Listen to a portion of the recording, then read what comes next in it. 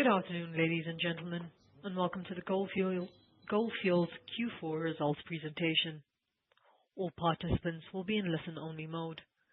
There will be an opportunity to ask questions later during the conference call. If you should need assistance during the call, please signal an operator by pressing star then 0. Please note that this event is being recorded. I will now hand the conference over to Chief Executive Officer Mike Fraser. Please go ahead, sir. Thank you very much. Good afternoon, good morning, and good evening for those that have joined the presentation of our financial year 2025 results. And on behalf of the team at Gold Fields, I'm really pleased to deliver a very strong set of results for the group.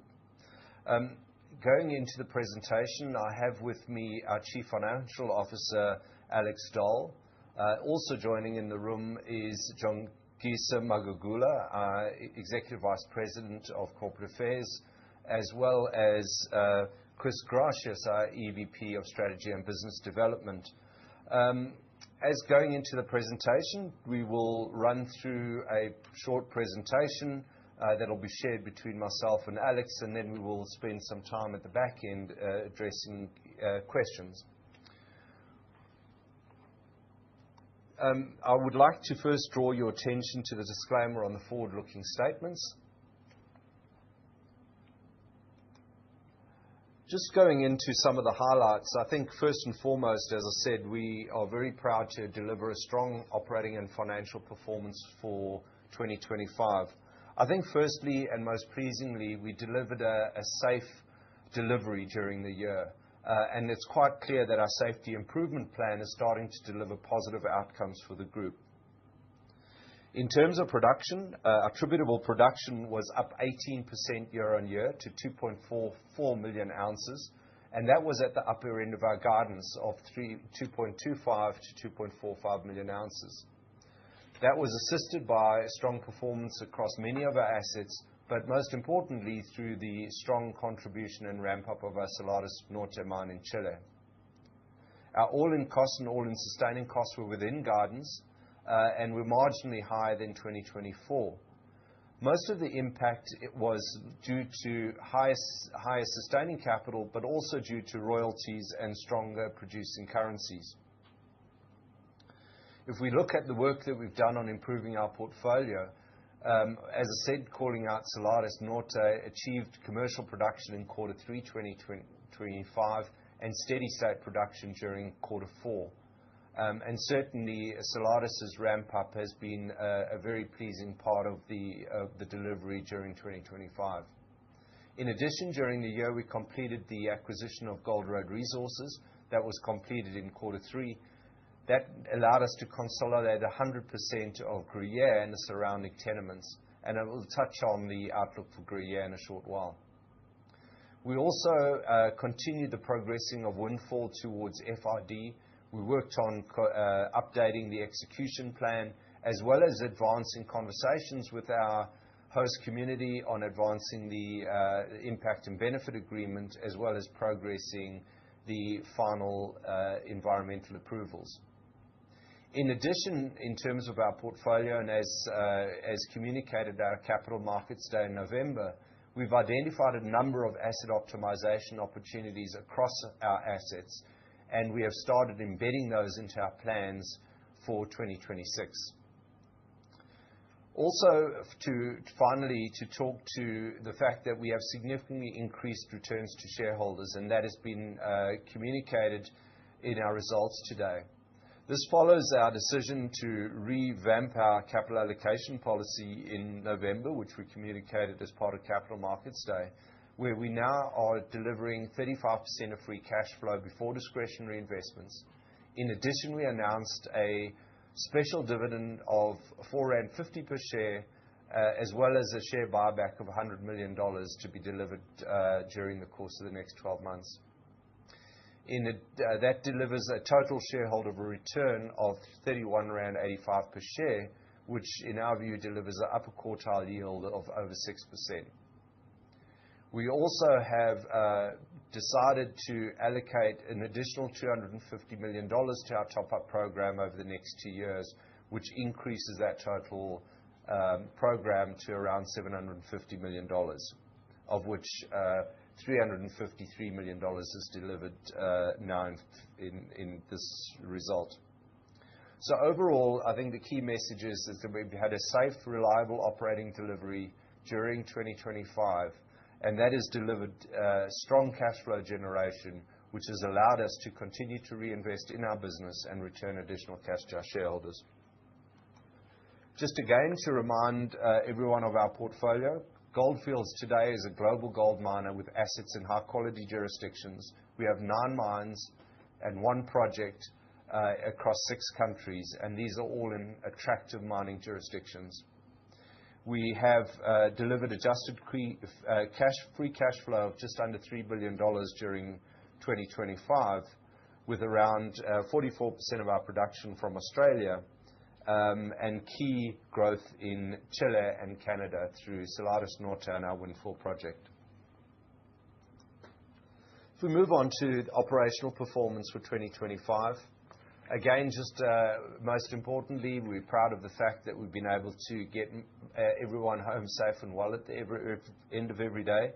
We have had, however, 7 serious injuries across the year, which again just galvanizes us to focus even more on delivering safe outcomes across our business. Pleasingly, we have also completed all 23 of the Elizabeth Broderick and Company recommendations. These have now been implemented, and now we are working on continuous improvement of our culture. As I mentioned, attributable production at 2.44 million ounces above at 18% improvement year-on-year, and that meant that we were able to deliver within our original production and cost guidance that we set at the beginning of 2025. Our costs, all-in costs, were up 3% and all-in sustaining costs up 1%, largely due to increases in royalty paid, as well as strengthening producer currencies, offset by dilution of higher ounces produced, as well as higher quality ounces coming out of Salares Norte. I think the highlight is, again, we call out, is despite the challenges we had in 2024, the safe ramp-up at Salares Norte meant that we were able to deliver well above the market guidance during 2025. That enabled us to deliver a 175% increase in cash flow from operations. As Alex will show a little later, some of that is just allocation differences from Salares Norte between operational cash flow and group cash flow. So when you look at our net group cash flow, that is up nearly 4 times from 2024. Just going on to our ESG performance briefly, we've spoken about the positive impact of our safety improvement plan that we're implementing. We also had 0 serious environmental incidents, and that's been consistent for the last 7 years. We have also made good progress on our gender diversity, with now 27% of our employees being women, with 28% in leadership. And of that, 20% of our women are in core operating roles. Due to the strong cash generation, we were able to share significantly to our stakeholders, and $1.44 billion of the total $5.7 billion that has been created was delivered to host communities. We have also delivered significant work in building out our group legacy programs in Peru, Ghana, Chile, and in South Africa, with Australian legacy program currently being scoped. In terms of decarbonisation, we've delivered 15% absolute emission reduction against our 26 baseline, and 5% net increase against the 26 baseline. We've also been able to achieve full conformance against the global GISTM on tailings management. And under water stewardship, we've had 74% water recycling against our target of 73%. We've also completed our midterm review of our 2030 targets. I think 2 key changes that we are considering is changing our decarbonisation target to an intensity reduction target, which will allow us to more actively move in line with the portfolio changes, and also setting context-based water targets, given that some of our our operating areas, we certainly have saline and hypersaline operating environments. Just calling out our production very briefly. We have a couple of things to call out. Gruyere, you see an increase of 42,000 ounces, mainly due to the inclusion of 100% in quarter four, as well as an increase in tons milled. Granny Smith was down in line with our business plan, but what we are seeing is increasing grades as we're mining deeper. St. Ives, we saw the benefit of higher tons milled and an increase in the yield because of more fresh material going through the mill than stockpiles. South Deep, pleasingly, we're up 16%, largely driven by improved mining grades as well as improved stope turnover, which allowed us to get greater consistency in feed through the system. Damang was down largely due to the fact we were processing stockpiles through the year, and that was due to lower yield. Tarkwa down largely due to the fact that we had prioritized stockpile feed through the mill rather than fresh material. The other big kicker for us is obviously Salares Norte, giving us a 16% increase. I'll now hand over to Alex to give us a rundown on the cost changes year-on-year. Thanks, Mike. We've seen a 3% year-on-year increase in all-in costs. This is higher volumes offsetting inflation as well as investing in our future at Windfall. The higher operating costs are driven by the inclusion of Salares Norte as it reached commercial levels of production. They're accounting for Gruyere at 100% for the fourth quarter of the year, as well as higher mining costs, driven by both volumes and contractor rate increases. The higher sustaining capital is primarily due to the investment in the winterization projects at Salares Norte to ensure that we got through the winter. The higher growth expenditure at Windfall is due to a full year of consolidated costs after the acquisition of Osisko Mining in Q4 2024. We see the significant impact of the higher gold volumes on decreasing our cost base. Thank you, Mike. Thanks very much, Alex. Just moving on very briefly then to some of the individual assets before I hand over to Alex for a more detailed financial overview. I think just starting with Gruyere, we're very pleased to have consolidated Gruyere. I think it gives us an unconstrained opportunity to unlock the potential of the asset. Clearly during 2025, we didn't entirely deliver all of the ounces that we would have liked to, but we made significant progress. We were able to deliver record material movements, so we were up 37% year-on-year on tons mined, largely due to a focused attention to accelerating the stage 5 waste strip, and that really translated into where we're seeing the higher cost due to larger development capital at the site. The other thing that was pleasing is that our mill achieved record throughput rates at 9.6 million tons. That was a significant achievement in getting the mill running close to its potential. Moving on to Granny Smith. Again, Granny Smith continues to be an important asset in our portfolio and delivers consistent results. The reduction in production was in line with our plan, as we prioritized development and in particular, significant effort going into catching up on some of the infrastructure spend, particularly ventilation and energy reticulation capital. St. Ives had a very pleasing year, where we were able to lift production by 12%, and that meant that we were able to really see those higher grades coming through the mill.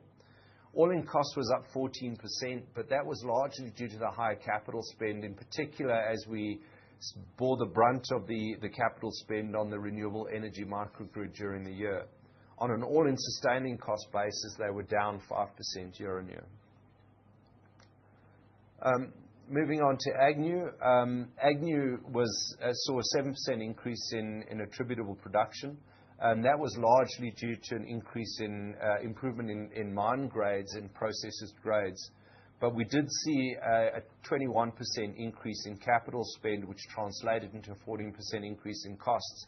That again was largely due to the development of the Barren Lands underground mine and related brownfield exploration.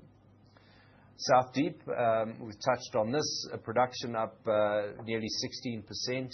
which had the effect of diluting the cost increase by only 3%. And this shows us the leverage at South Deep because of the fact that it's a highly fixed cost operation. And that translated into a significant growth in free cash flow, which is really pleasing to see. The improvement at South Deep was really driven by improving stope turnaround, and that really is the key focus for us, to improve rock on ground. And once we have rock on ground, we're able to get that through the system and deliver higher yields through the plant. So from our point of view, South Deep has really had a good 2025 and is positioned itself for a good start into 2026. Damang, we had production down 28%. That's largely due to the fact that we stopped mining in the beginning of 2025 and have really been processing stockpiles with the associated yield loss through the mill. Despite that, they did continue to deliver reasonably good cash flow on much lower volume. Moving on to Tarkwa. Tarkwa had a 12% reduction in production ounces against 2024. That was largely again due to the fact that we had prioritized a lot of waste stripping activities during the year and prioritized waste movement over ore mining. That meant that our grades were down over the year as we used low-grade stockpiles to supplement feed into the mine. That had a direct translation into higher costs as we capitalized a lot of the mining activities, as well as the fact that we had lower production ounces during the year. Despite that, we saw free cash flow up over 100%, largely due to the benefits of the tailwind of gold prices. Salares Norte, without adding a lot more to that, really pleased with the performance at Salares Norte. The mill is running really well. We're also seeing recoveries above what we had anticipated, and everything at Salares largely going on track. We did have some slightly higher capital, which Alex can talk to during the additional winterization during 2025, but that certainly has paid us back well. Cerro Corona has performed well, and although we see the all attributable production down 3%, that's largely due to the copper-gold price factor. And on a specific commodity basis, we saw copper and gold being delivered above our plan, largely due to better than expected grade yields. All-in costs were slightly higher on an all-in equivalent basis due to some of that lower production.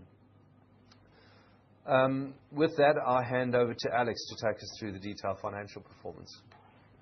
Thank you, Mike. On the back of the higher production, as unpacked earlier by Mike, and an average gold price for the period of about $3,500 per ounce, headline earnings are up 170% year-on-year to $2.6 billion. Adjusted free cash flow is just shy of $3 billion for the year, or up 391% year-on-year, and at $3.32 per share. This has enabled us to declare a record base dividend for the full year of 25.50 rand per share, comprising the interim dividend of 7 rand per share and a final dividend payable in Q1 2026 of 18.50 rand per share. In addition, we are also in a position to announce additional returns to shareholders of $353 million, comprising a special dividend of 4.50 rand per share, taking the total dividends for the year to 30 rand per share, and a share buyback program of $100 million, which will be executed over the next 12 months. I'm also pleased that our balance sheet is in a strong position after funding both the Osisko and Gold Road transactions, and we are sitting in a net debt to EBITDA ratio of 0.26 times. This slide unpacks our cash generated over the period. The operations before tax generated cash of $5.5 billion. After tax and royalties, as well as interest on certain working capital adjustments, we generated cash flows from operations before investing activities of $4.5 billion. After capital of $1.4 billion, lease payments of $100 million, and certain rehab outflows, we have generated free cash flow of $3 billion, or approximately 5 times the free cash flow of $600 million in 2024.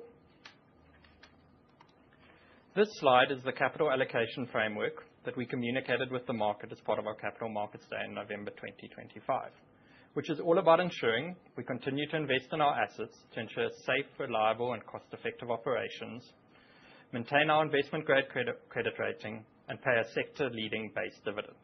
After this, it is all about getting that competitive tension right in allocating our free cash flow generated between investing in our future, building balance sheet flexibility, and delivering industry-leading returns to shareholders. Unpacking the allocation of our cash that we generated in 2025, our free cash flow before capital and dividends generated is 4.4 billion. This enabled us to deliver on our capital allocation priorities in a disciplined manner, ensuring that we got the tension right between the three core pillars. We reinvested in the business through spending over 1 billion on sustaining capital, and we also delivered on our growth objectives by spending growth capital and exploration expenditure of $665 million. This was to bring Salares Norte to commercial levels of production, advance the Windfall project, and to increase life and lower costs at our existing operations, in particular at St Ives. We delivered strong shareholder returns through $1.4 billion through our base dividend, which is aligned to our revised policy, and additional returns of up to $353 million. After this, we had $944 million of cash, which was used to delever and build balance sheet flexibility on the back of the debt raised to fund both the Cisco and the Gold Road transactions. We ended the year with net debt of $1.4 billion, which includes leases of around $500 million. As communicated at the CMD, through the change to our base dividend policy, we are declaring a full-year dividend of $1.4 billion, special dividends of $253 million, and a buyback of $100 million.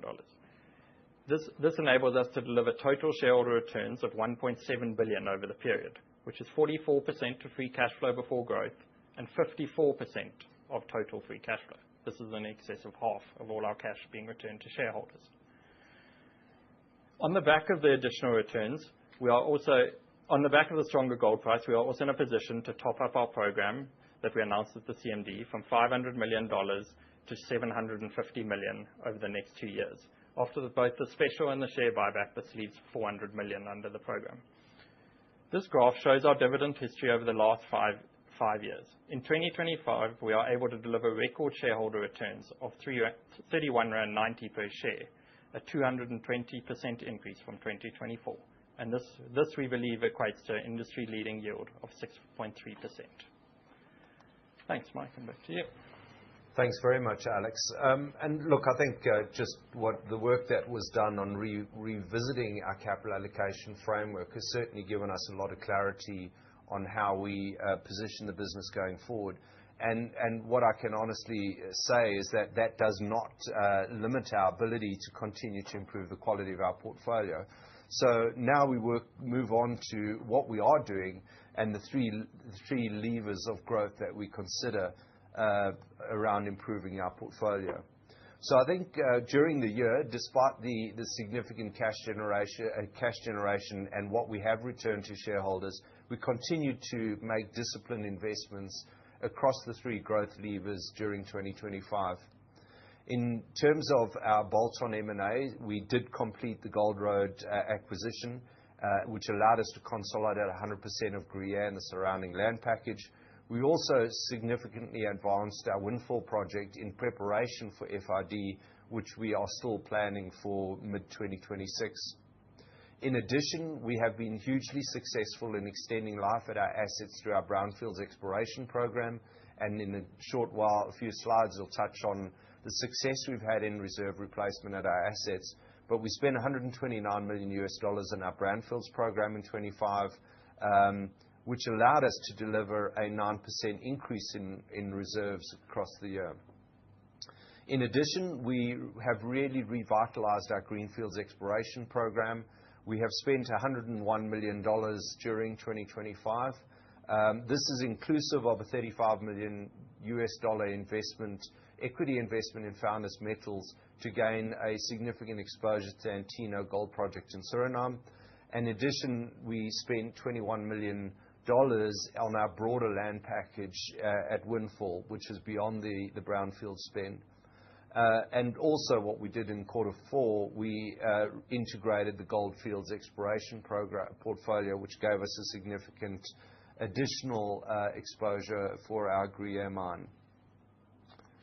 I think one of the other things to call out is again, not over speaking it up, but Salares is gonna continue to be an important part of our value accretion over the coming years. We were able to have uninterrupted operations during 2025, despite the same weather conditions that we experienced in 2024, which again spoke to the effectiveness of the work that we did to prepare it for winter.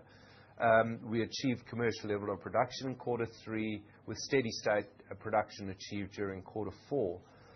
We were also able to continue to progress the Chinchilla capture and relocation program to de-risk the development of the Agua Amarga extension.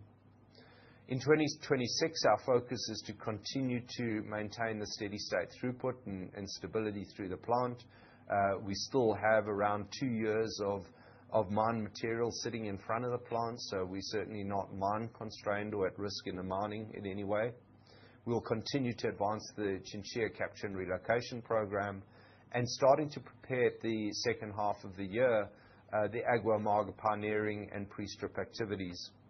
We will also continue to undertake near mine exploration to identify potential additional ore bodies and ore sources for the mill. Our 2026 guidance remains intact against our CMD disclosures of 525,000 to 550,000 ounces of gold equivalent, with an all-in sustaining cost of between $450 and $600 per ounce. The next big growth lever for us is really progressing Windfall to final investment decision.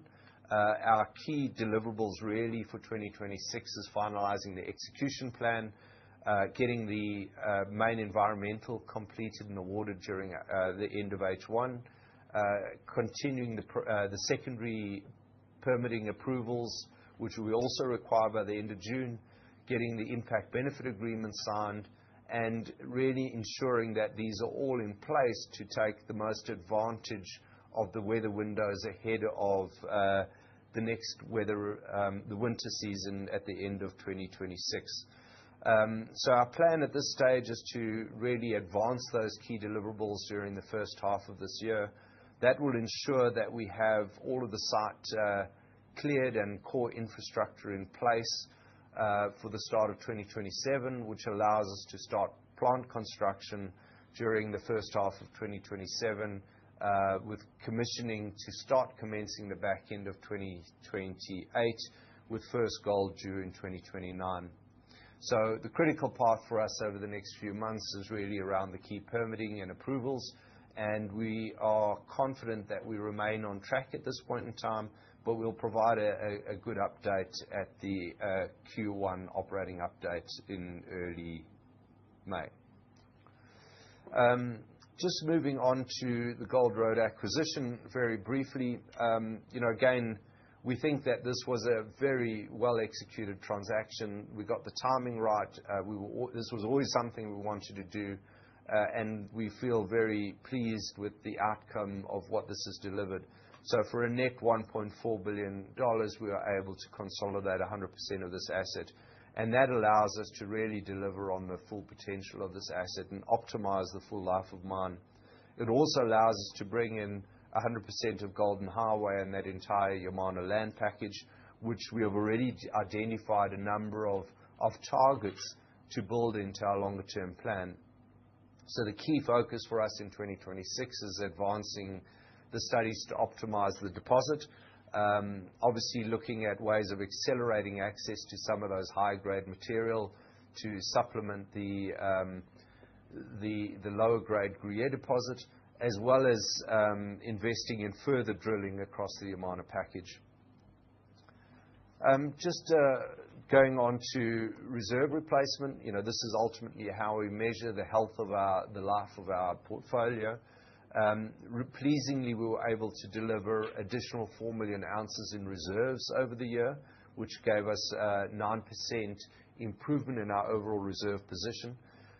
With a 2.5 million ounce reserve depletion, we saw an increase on the Gruyere addition from the other 50%. Granny Smith, we've included the Z150 discovery. We've also added additional ounces for Santa Ana and Invincible at St. Ives. Agnew replaced depletion, and this is the nature of that ore body where they just continue to replace depletion on an incremental basis.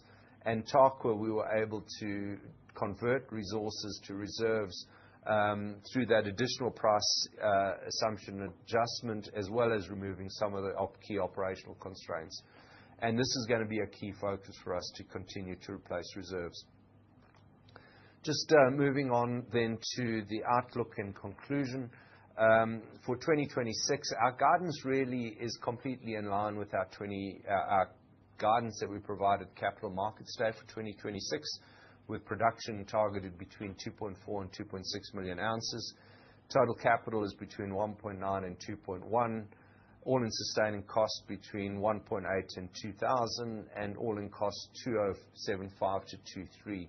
We've included the capital markets guidance next to those numbers, and the only deltas that we've adjusted for in 2026 guidance is really foreign exchange and royalties, and that we've just run through on the cost numbers. I think for our focus this year is really about continuing to improve safety performance, ensuring the predictable delivery of our plan, and continue to improve the portfolio quality by advancing our greenfields program and advancing Windfall to FID. Key priorities we've set out for each of our assets are really in line with the Capital Markets Day plan for each of our assets.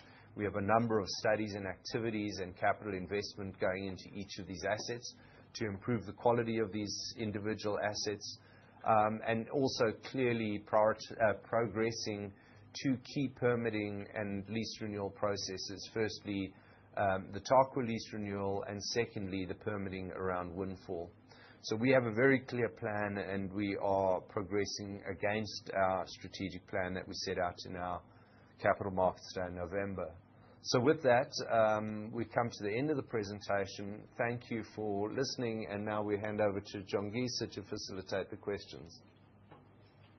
Thank you so much, Mike. We've got participants that are joining on the webcast as well as on the chorus call. To keep it balanced, I'll take two questions from the webcast and then switch over to the voice-only chorus call questions. The first one comes from Delegi from Marotodi Capital Markets. He says, "Congratulations on your stellar set of results. The first question, what is the most troublesome KPI on your radar at the moment, and how are you anticipating moving the needle on it?" His second one says, "Could you outline the current exploration roadmap and clarify if excess liquidity is being prioritized to these operations?" Okay, those are the first two. Great. Thank you very much for those questions. Look, I think just on the key issues, undoubtedly, and I'm sure many words are going to be written about it, but across the industry, we are facing cost inflation. Not just the impacts of strengthening producer currencies, increasing royalty rates, but there is some pressure on costs. Pleasingly, we have a number of opportunities to really arrest that, and that was really what we were trying to unpack at our Capital Markets Day and what we try to present in here. Many of those costs are an outcome of the things that we do to improve the structure of our business, and we're very focused on that. That's a very important focus. I think the second one, undoubtedly, is with the changes that are going on in Ghana, is to really progress that the Tarkwa lease renewal and the safe and reliable transition of the Damang mine. Those would be, I think, in the top of our mind, of things that are really important for us to progress. I think in terms of exploration, I absolutely think if you think about the levers of growth and the opportunities in front of us, M&A is always really expensive, but you have to be opportunistic to really grab things that present themselves to improve the quality for future generations. Obviously, our brownfield exploration continues to be the lowest cost per ounce replaced of of discovery, and we'll continue to prioritize our brownfields program, in particular at Windfall, where we have a very, very significant land package that we're trying to identify the next Windfall opportunity. But then in terms of our greenfields program, really ramping that up, because we've seen what success looks like. Salares Norte was a product of our greenfields exploration strategy, and you can just see the multiplier of that. So we are very much focused on finding ways of really building our longer-term pipeline through our greenfields program, and you've seen that through the investment in the Antino project through Founders Metals, where we've been able to put our foot on what we think is a highly prospective, next horizon opportunity for us. So, as you rightly identify, I think more value is going to be created through the drill bit for the next generation than it is necessarily by buying assets, although we're always going to have to be mindful of being able to be agile when those opportunities present themselves. Good. I'm going to pause and hand over to the operator on the chorus call to see if there's any questions.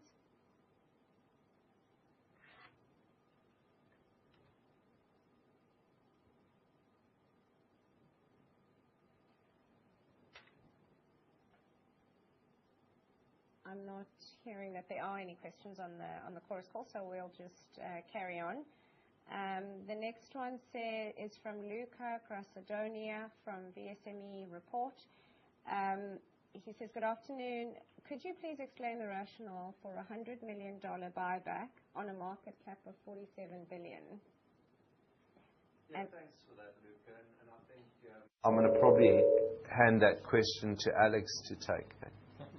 Thanks, Mike, and thanks, Luca, for that question. I think what we need to bear in mind is that we have competing shareholder priorities depending on their jurisdiction that they are in. We have North American shareholders who prefer buybacks and have been looking for them. So I think what we've done here with the buyback program is that it is small relative to the total returns to shareholders. It approximates about 6% of the total shareholder returns.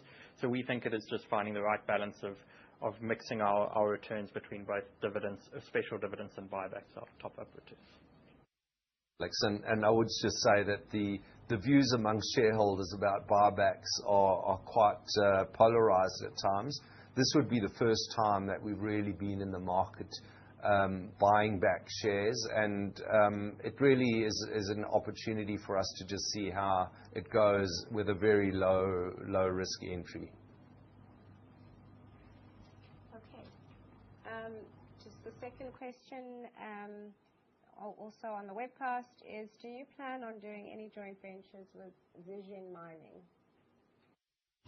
Yeah, look, I think firstly, I would want to say that Zijin has been shown really remarkable growth, and we engage them in all of our industry bodies in the countries that we operate, and we see them as a very credible miner who've really developed their business very, very well. So we have a very productive relationship with them, and certainly we are not closed to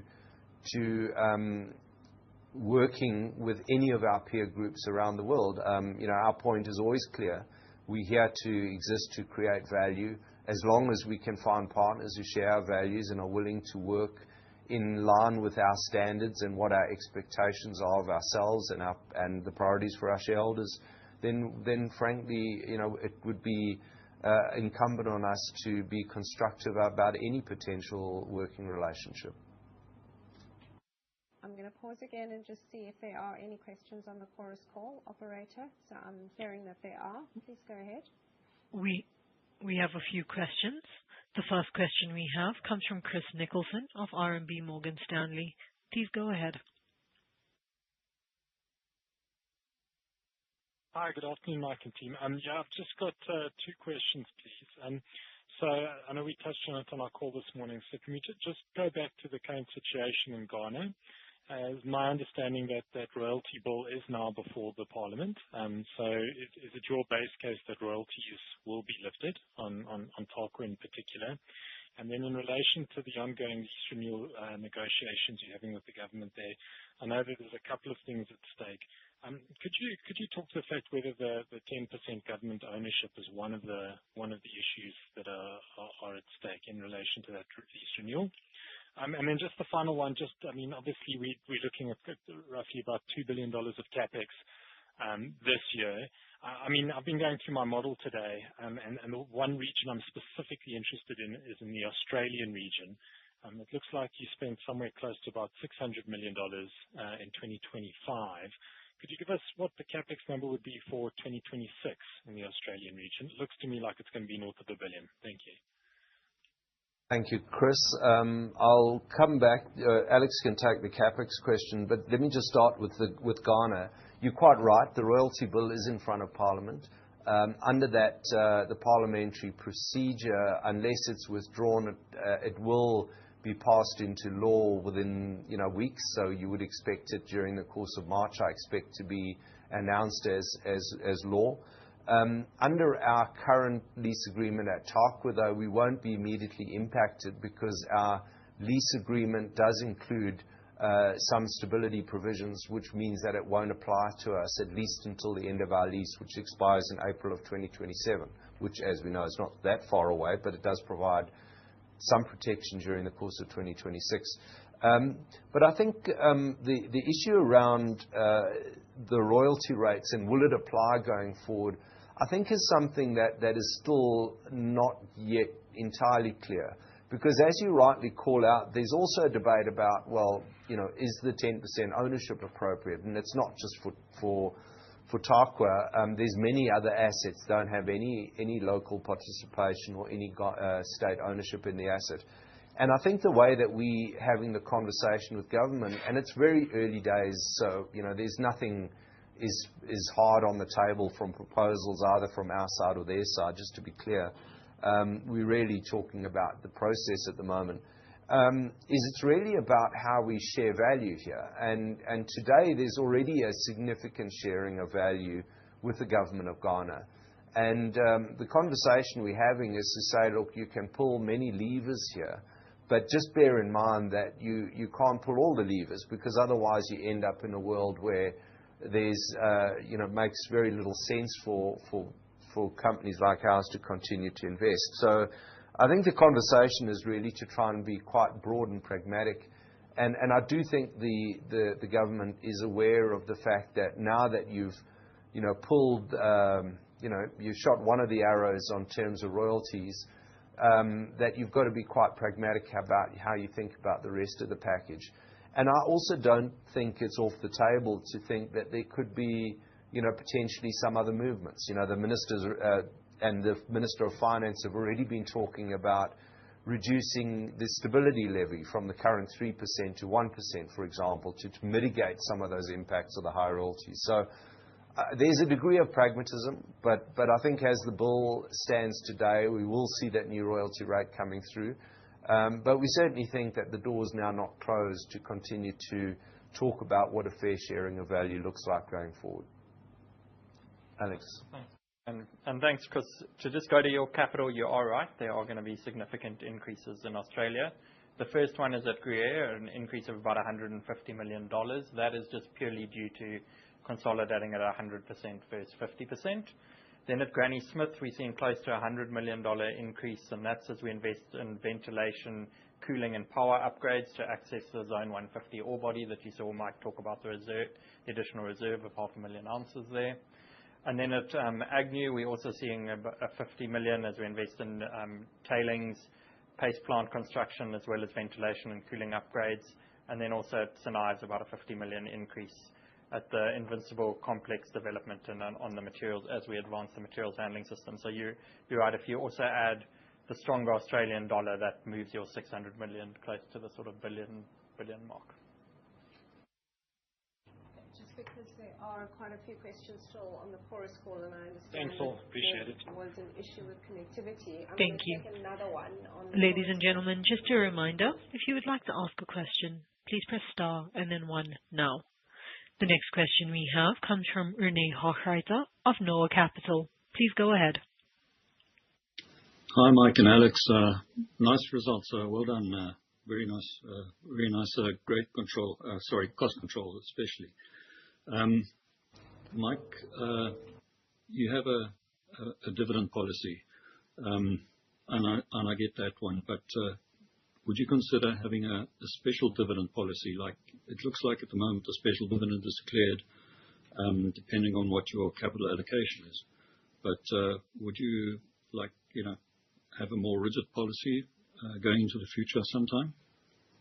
Look, Renee, thanks for that question, and I'll ask Alex to contribute it to as well. I think from our point of view, we look at whatever we provide in top-ups is really a function of probably three things. Firstly, are we maintaining a good balance sheet? So are we maintaining an investment-grade balance sheet?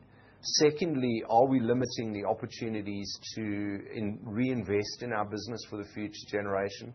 And thirdly, what does the total dividend look like in relationship to our peers? And that's why we always talk about targeting upper quartile total returns to shareholders, total dividends to shareholders. So that special dividend, in my mind, will always be something that is a function of those other three elements. And so being very precise about it in terms of a formula, I don't think really serves us well. And that's why in the way that we've described capital allocation, it really is about sharing the cash flow that we generate between those three elements of maintaining a strong balance sheet and keeping a strong balance sheet to give us flexibility for the future, making sure that we're in the upper quartile of total dividends payable to shareholders, and then thirdly, making sure that we've got cash to reinvest in the future. So that's how we thought about it. But I don't know, Alex, have you got any other thoughts? I think that's right, Mike. And we also obviously benchmarked our base dividend policy, and we do believe that it is one of the top ones in the sector. And we were very strategic in how we thought about, do we allocate it purely on free cash flow, but we actually decided to go with free cash flow before growth investments, that we don't penalize shareholders' returns on us investing in the future. So we honestly believe giving back a third of all free cash flow before growth investments will deliver strong returns to shareholders at sort of consensus gold prices. If we see gold prices above those consensus prices, I think there will be room to deliver special dividends. Yeah. Okay, thanks for that. Just a couple of other questions. Underground drilling results at Gruyere, is there any update on that? No, early days yet, Renee, so we'll probably only be in a position to provide more detail, maybe in 12 months. We've got a pretty good program during the course of this year. We know that the ore body's there. It's really just trying to size it up. And in parallel, we'll be doing the trade-offs of the additional cutback versus moving into the underground. The underground will happen at some point, but pretty early days. We know what the grade is largely. It's pretty consistent, but it's really now sizing up the size of the ore body. Okay, thanks. And just one more question, if I may. St. Ives mined grades were down 29%, and the yield was up 3%. And Gruyere's mined grades were down 18%, and the yield was down 6%. The yield was down, quite a lot different from what the mine grades were. Can you sort of explain that a little bit? I'm a mining engineer, but I still don't understand that. I think what always happens is that it's a function of how much of the stockpile material that we're processing. At St. Ives, we also had an impact where we were actually processing the Swiftsure and Invincible Footwall South, which were two open pit operations which come in at a slightly lower average grade than our underground material. So it really becomes a mix, and that really meant that our mining grades were slightly lower year on year, but we had more mined material going through the plant, and therefore you saw yields being slightly higher as it replaced stockpile material. And then I think on Gruyere, it's also a function of higher stockpile processing, because even though we moved massively more material in the year, we weren't able to get all of that through the mill, because the mill was also stepping up in terms of its volume of process. They moved up nearly 1 million tons year-on-year. So that's kind of what you're dealing with. All right. Fine. That makes sense. Thanks very much, Mike, and well done again. Thanks. I'm going to come back into the webcast questions, and we're going to have to pick up pace because I'm just mindful of the time. The next one is, can you discuss any outstanding permits that might be needed for Agua Amarga? The incoming Chilean administration has hinted at easing some regulatory burdens. Do you see any potential that such executive actions could ease issues at Salares? I'm going to cluster a few of the Ghana-related questions, just so that we can speak to it in one go. The next one is from Cornelius, from Robeco. He says, do you expect the proposed royalty increase in Ghana will lead to higher royalty payments for us in the next 5 years? And then the other one that is related to Ghana is, for Tarkwa, how are you treating the lease renegotiation for your reserve calculation? What outcome on the lease renewal do you assume in the reserve calculation? And that's from Reynard van der Walt from Bank of America. Shall we do those two and then we... Thank you. So just on Agua Amarga, I think we feel quite confident there's nothing additional that we require. So we are now, it's really is, the progress is largely aligned to our Chinchilla capture and relocation program. So that's the only thing, but it's not permit related. I think in Ghana, yes, if the royalty payments, the royalty regime would apply to us, currently we pay what the industry pays, which is around 5% royalty. Under the new sliding scale, that's 6 to 12%. Even if you offset 2% of the stability levy, at worst, it's likely at these kind of gold prices to still mean an additional 5% royalty payment, if that's what gets applied under our new lease conditions. So whilst in the next 12 months it doesn't impact us, it could impact us beyond 2027. And in terms of Ronald, the question that you've asked on reserves, we have applied the full life of mine reserves into our declaration, and that's what the application is for. So anything that would limit our horizon on our lease could potentially impact that, but we're certainly confident that we'll find the right path on the term of lease. If I can tag one on, Mike, from Shraib, which is along the same lines, could you quantify the increase once it starts affecting Tarkwa, the impact to unit costs of the increased royalty? Alex, do you want to take that? Yeah. So at current spot prices, that would be $350 an ounce increase. Yep. 7% on $5,000 an ounce. Great. I'm going to go back to the chorus call to take an additional question or two. Thank you. The next question we have comes from Adrian Hammond of SBG. Please go ahead. Thanks, operator. How's it, Mike?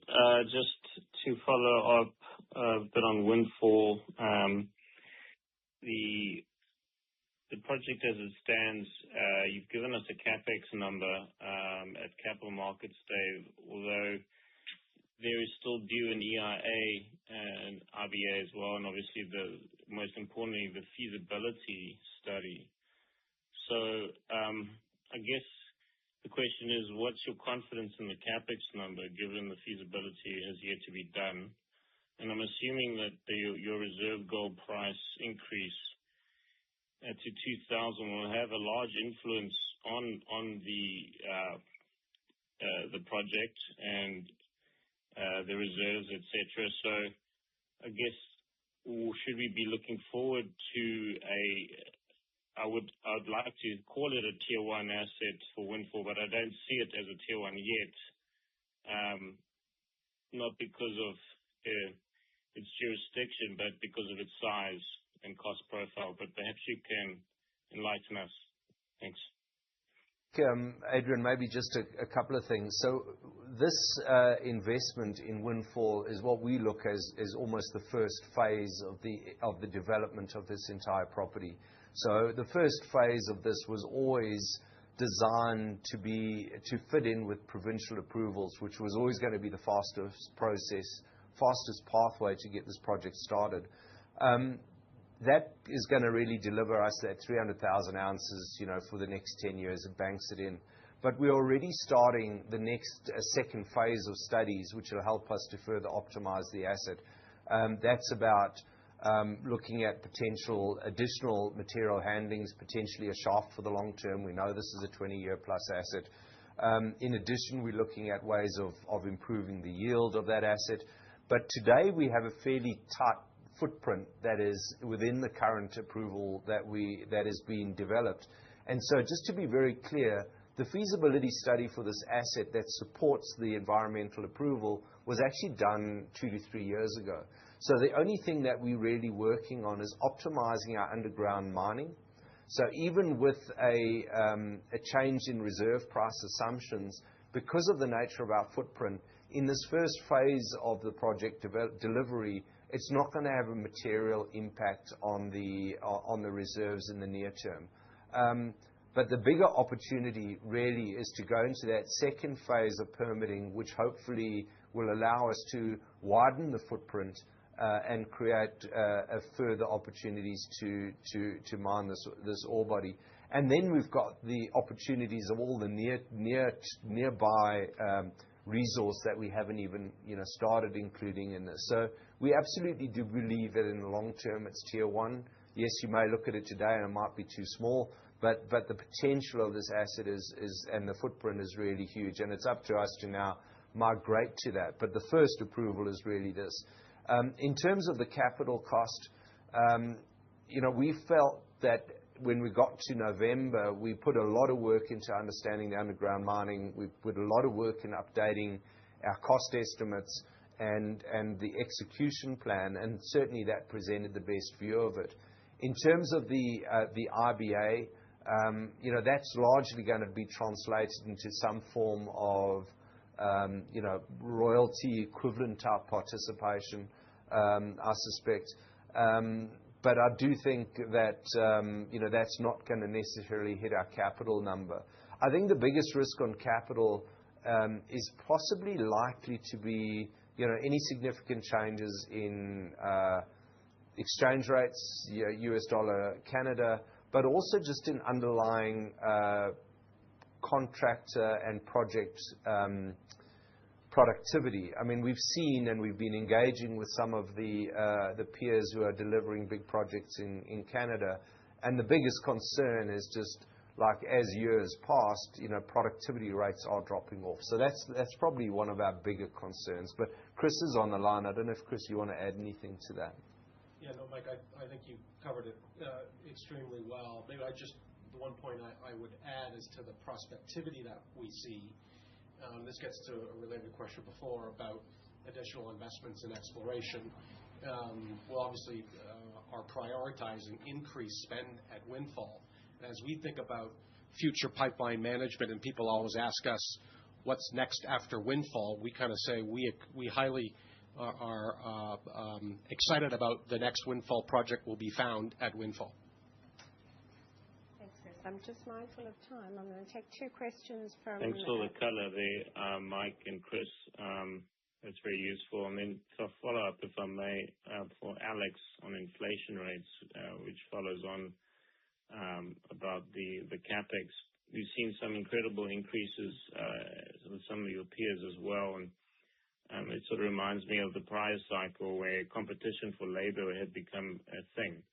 Are you able to put some color to us on what the labor landscape is like for you out there right now, given where record prices are at? Just so that we can get a sense of when we're looking at these companies on a cost basis, what is actually a real cost increase versus an inflationary increase? It's quite nuanced. Thanks. Thanks, Adrian. We're not seeing the inflation we saw during COVID, but I mean, we are probably seeing CPI plus a couple of percentage point inflation across the board. We are continuing to see labor pressure in Australia. I think luckily with the Windfall construction, we've actually modeled all the labor and other construction projects that are going on in Quebec, and we think we actually fall in quite a good window from labor availability from some projects ramping off before others ramp up in that construction phase. But I think the real labor pressure we're experiencing is Australia, at our mining contractors in particular. Thanks. Thanks for that, Adrian. I'm going to take two questions from Josh Wolfson, and we are on time. So I do note that there's still quite a few from the webcast. We'll take note of them and then reach out to answer them directly. The first one from Josh says, can you provide more details on turnover at Gruyere? How would the operating trends there differ from GFI's other operations in Australia? I'm assuming he's talking labor turnover. And then can you speak to high-level indications of quarterly expectations for 2026? Production, thinking about sequencing and seasonality. Yeah. Thanks very much, Josh. Good to chat. Look, I think Gruyere absolutely has been a challenge with our contractor. They've seen in the fourth quarter turnover rates of up to nearly 50% amongst their workforce. That's been a combination of certainly some of the iron ore producers really being quite aggressive in hiring. But it also demonstrated that when we looked at it, that probably our contractor wasn't really being market competitive. And so we have rectified that and tried to address that trend. And we're certainly hopeful with that intervention, we'll start seeing a recovery on that number. In terms of seasonality, I think we should see, given the portfolio effect, while some of the assets have a little bit of a second half weighting, that probably will be within 5% of the kind of variation by quarter. So I don't think we're going to see huge variation across the year. And one of the things we're working really hard to do is to eliminate that hockey stick effect that we've had in years gone by, where we've had a lot of production weighted to the second half, which is really a function of the fact that we weren't having high degrees of mine plan compliance, which we're really working back into our system to deliver more predictable outcomes. Thanks, Mike. I'll hand back to you for closing comments because we are over time. Great. Yeah, thanks very much, Jongisa, and thanks so much for all the great questions that have come up. Thank you very much for the interest in Gold Fields. I think we've made very good progress on our strategy last year, and we'll continue to deliver more of the same. That's our objective this year. So thanks all for listening, and look forward to engaging in the coming weeks.